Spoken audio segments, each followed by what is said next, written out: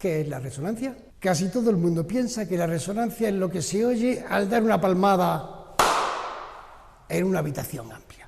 Pero eso es la reverberación.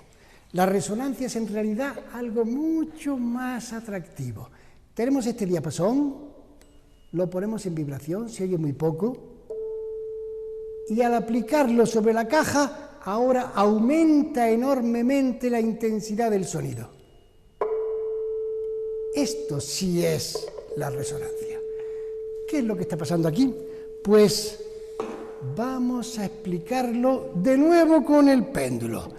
Tenemos un péndulo que, como hemos visto, va a oscilar siempre con su frecuencia fundamental, la única que tiene. Si yo intento que se mueva dándole con muchísima fuerza con el abanico, no consigo gran cosa. Pero en cambio, si le doy acompasando el movimiento del abanico al propio del péndulo, con mucha menos energía consigo transmitirle una oscilación muy amplia. Decimos entonces que el péndulo y el abanico están en resonancia, están moviéndose con la misma frecuencia. Eso es la resonancia. Puedo conseguir una cosa, recordemos los armónicos. Si en vez de darle un golpe de abanico cada vez que el péndulo oscila, yo lo hago una vez cada 2, o cada 3, o cada 4, el efecto será menor, pero consigo también resonancia con los múltiplos de la frecuencia. Bien, pues vamos a ver claramente que podemos hacer que esta caja entre en resonancia con esta otra. Estos dos diapasones dan la misma nota, 440 ciclos por segundo. Golpeo este.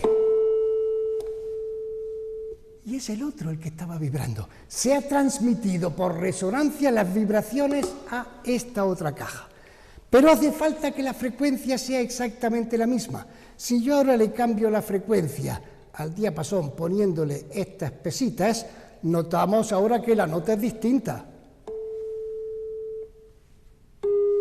Claramente, la frecuencia es distinta. ¿Habrá resonancia? Nada. Este ya no resuena. Así es que ya sabemos exactamente lo que es la resonancia. La transmisión de una vibración de un cuerpo a otro si coinciden las frecuencias o sus múltiplos. Hemos visto las dos claves para entender el timbre, los armónicos y la resonancia. Ahora podemos ya explicar exactamente qué es el timbre. El timbre depende totalmente de cómo resuenen la frecuencia fundamental y los distintos armónicos en la caja de resonancia.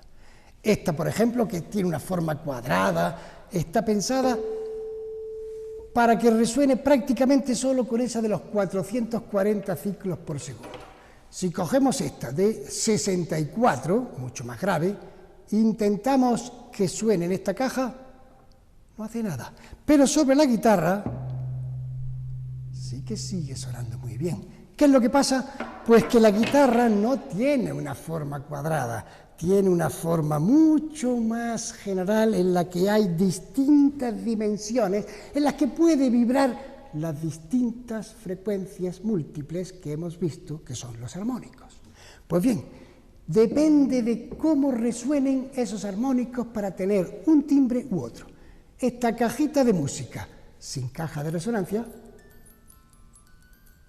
casi no se oye nada. Vamos a aplicarla sobre la guitarra. ¡Qué maravilla!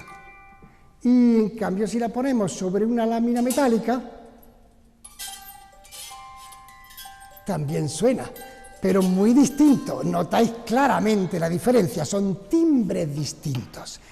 Según la intensidad con que resuenen los distintos armónicos en cada instrumento, y eso depende de la caja, así tendremos un timbre u otro. En unos casos el primer armónico suena muy bajito, el segundo alto, el tercero más alto todavía, el cuarto más bajo, y en otros instrumentos suenan de forma distinta esos armónicos. La suma de todos los armónicos junto con el fundamental es lo que da el timbre. Y podemos verlo con el osciloscopio como hicimos antes. Merece la pena que lo veamos de nuevo con el osciloscopio, porque la forma de la onda va a cambiar totalmente al sumarse a la fundamental los diferentes armónicos y será distinta la forma de la onda de cada uno de los instrumentos. Por ejemplo, vamos a coger el diapasón.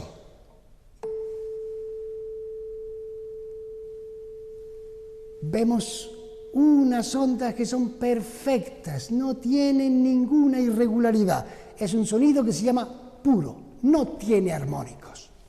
Pero, ¿qué ocurre con la guitarra?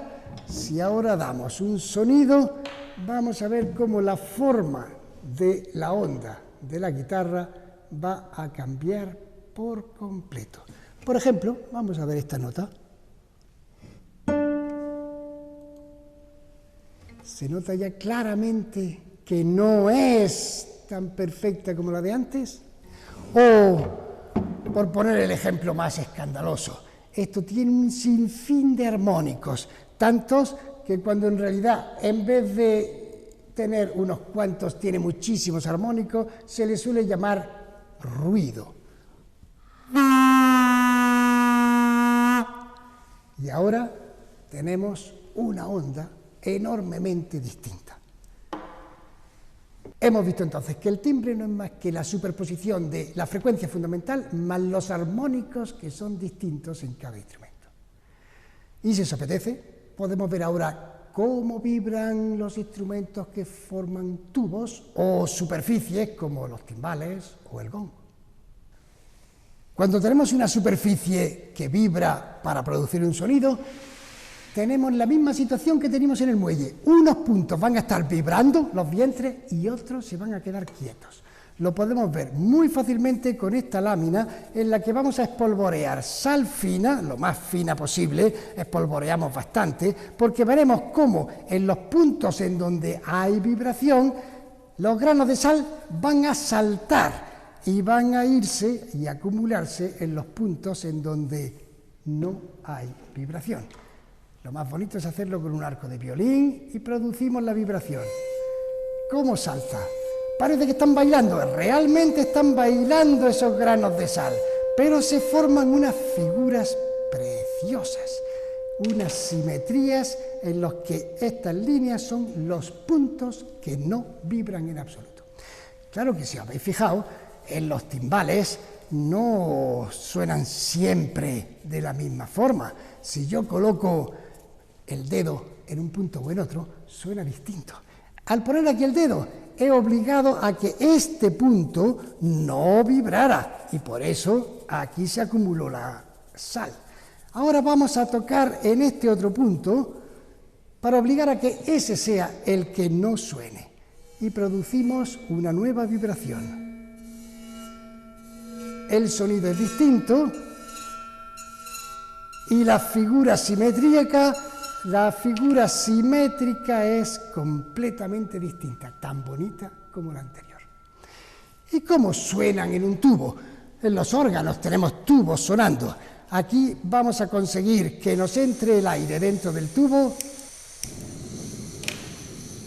poner dentro de este tubo metálico un poco de tela metálica enrolladita para que se caliente.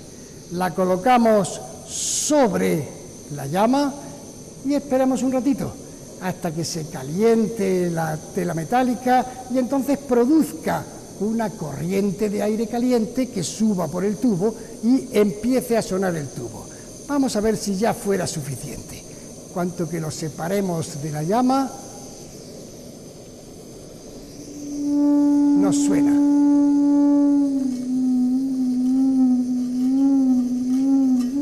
Con eso quería ver que la longitud del tubo es lo que determina la nota musical. Cuanto más largo es el tubo, más grave es el sonido. Y cuanto más corto es el tubo, más agudo es. Bueno, tenemos un último tubo ya para terminar jugando. Con este tubo podemos conseguir no ver, pero sí oír el fundamental y los diferentes armónicos. Lo giramos sobre nuestras cabezas y ese es el sonido fundamental. Aprieto y tenemos el primer armónico, segundo, tercero y cuarto armónico.